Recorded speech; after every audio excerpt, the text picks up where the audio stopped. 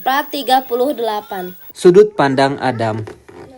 Sudah 7 bulan sejak kejadian itu, aku tidak pernah kembali lagi ke sana, melihat wanitaku yang kini hampir sepenuhnya menjadi milik orang lain. Ku tatap nanar batu nisan yang bertuliskan nama wanita yang pernah melahirkanku, wanita yang membesarkanku dengan kasih sayangnya. Mungkin inilah titik terendah dalam hidupku saat ini.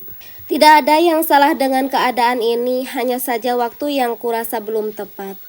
Kurasa semua ini memang pantas kami terima setelah semua penghinaan dan cacian yang dulu pernah kami lontarkan padanya.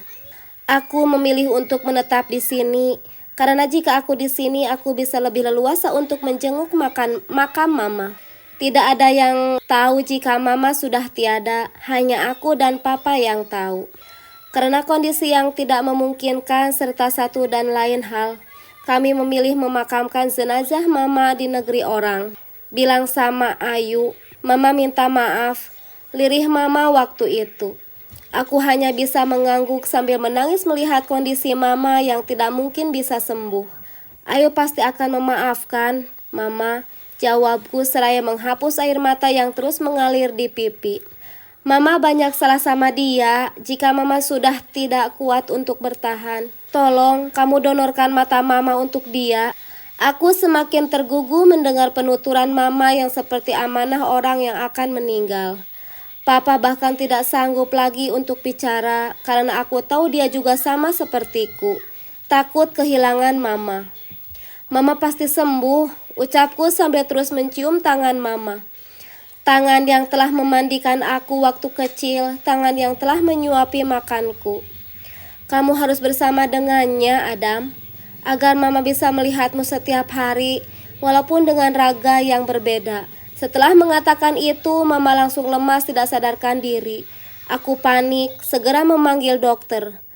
Adam, aku terkejut dari lamunan tentang kenangan bersama Mama. Ternyata Papa yang memanggilku. Dia menyentuh bahuku pelan. Kita pulang ya, ucapnya sambil memapahku untuk bangun.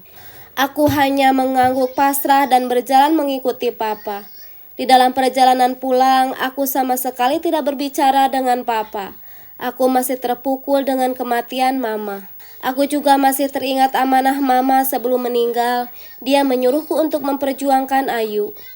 Kuedarkan pandanganku ke arah luar mobil. Berpikir keras bagaimana caranya agar aku bisa kembali dengan Ayu. Maafkan kami, Adam, ucap ayah yang membuatku terpaksa menoleh ke samping. Aku tidak menjawab, hanya tersenyum.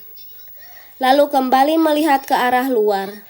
Kami tidak tahu jika Ayu adalah cinta pertama kamu, ucap ayah yang membuatku terkejut. Dari mana dia tahu jika Ayu adalah cinta pertamaku, tapi aku lebih baik diam. Aku tidak terlalu akrab dengan Papa karena selama ini dia terkesan cuek dengan masalah kehidupanku. Kami memang salah, selalu memaksakan keinginan kami, maafkan kami, ucap Papa lagi dengan suara bergetar. Aku tahu saat ini Papa pasti sedang menangis, tapi aku urung untuk menjawab. Biarlah, yang terpenting aku sudah tidak mempunyai dendam apapun terhadap mereka berdua. Karena bagaimanapun mereka orang tuaku, orang telah membesarkan aku. Meskipun mereka terus memaksaku untuk bercerai dari Ayu, aku akan berusaha kembali untuk mendapatkan Ayu kembali. Sebaiknya kamu pulang saja ke Indo. Papa akan menyusul setelah keadaan membaik, ucap Papa. Kenapa harus menyusul? Kenapa tidak sekalian saja? Tanyaku. Pratama masih dendam sama Papa. Baiknya Papa bekerja dulu di sini. Kamu tenang saja, ada kerabat Papa di sini, ucap Papa menjelaskan. Aku hanya mengangguk setuju. Akhirnya aku sampai juga di Jakarta. Aku akan kembali ke rumah. Saat dalam perjalanan pulang ke rumah, aku memikirkan bagaimana caranya agar aku bisa bertemu dengan Ayu tanpa bayang Pak Pratama. Karena selama ini aku sering berusaha untuk bertemu dengan Ayu, tapi selalu dihalangi oleh anak buahnya Pak Pratama. Sudah sampai, Pak, ucap supir taksi yang aku tumpangi. Terima kasih, ini uangnya. Setelah menyerahkan uang, aku segera turun di mobil. Aku mengerutkan kening ketika sampai di rumah, ternyata ada tamu, karena ada mobil yang terparkir di luar. Assalamualaikum, ucapku memberi salam. Aku langsung masuk ke dalam rumah untuk melihat siapa tamu yang datang. Waalaikumsalam, jawab Mbak Yuni yang bekerja di rumah. Den Adam sudah pulang, Nyonya sama Tuan mana? Tanyanya sambil melihat ke arah luar. Hatiku terasa perih saat Mbak Yuni menanyakan Mama, ya Allah, tempatkanlah Mama di surgamu. Siapa tamunya, Mbak? Tanyaku sambil menyerahkan koper padanya. Itu Den Danis, temannya Den Adam. Deg. Untuk apa dia di sini? Apakah dia mau mengejekku atau mau memberikan undangan pernikahan dia dan Ayu? Aku segera masuk dan menemuinya. Danis, ucapku saat sudah di ruang tamu. Danis yang tadinya duduk langsung bangun dan berjalan ke arahku. Akhirnya, kamu pulang, ucapnya yang membuatku tidak mengerti. Aku langsung duduk, tidak mempedulikan tangannya yang masih bergantung di udara. Kamu ngapain kesini? Tanyaku cepat. Aku tidak ingin berbasa-basi dengannya. Aku turut berbelasungkawa atas meninggalnya mama kamu, ucap Danis yang sudah kembali duduk tepat di hadapanku. Kamu, refleks mulutku ingin menanyakan dari mana dia tahu jika mama sudah meninggal. Karena tidak ada satu orang pun yang tahu tentang kematian mama, hanya aku dan papa yang tahu. Aku tahu dari Pak Pratama, jawabnya yang seakan tahu isi hatiku. Pak Pratama, tanyaku penasaran. Iya, aku tahu kamu pulang hari ini dan jam ini juga dari dia, ucapnya yang semakin membuatku penasaran. Setelah kejadian Ayu tertabrak dan buta, Pak Pratama menjadi sangat egois dalam menjaga Ayu. Dia menyewa orang untuk mengawasi gerak-gerik kamu dan keluarga, dan juga Claudia. Jelas Danis yang membuatku seakan berhenti bernafas. Dia membuatku semakin berpikir keras dengan semua kendala yang aku alami saat akan menemui Ayu. Kamu kesini juga disuruh olehnya? Tanyaku menatap Danis tajam. Tidak. Aku kesini karena urusanku sendiri, ucapnya lalu tersenyum. Dia memang orang baik, aku tahu itu. Lama kami terdiam seperti orang yang baru saling kenal. Padahal dulu kami sangat akrab, bahkan sudah seperti saudara.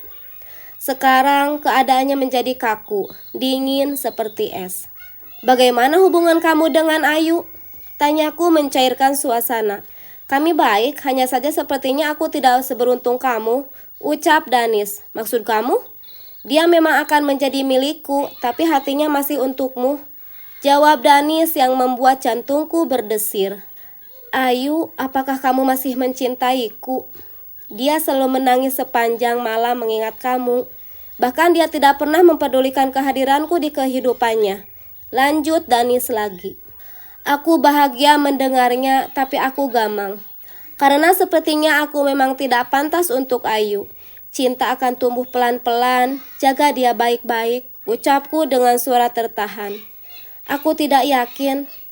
Dan ada satu hal yang sepertinya akan membuatku dan Ayu tidak bisa menikah, ucap Danis yang membuatku spontan melihat ke arahnya. Apa itu? Tanyaku penasaran.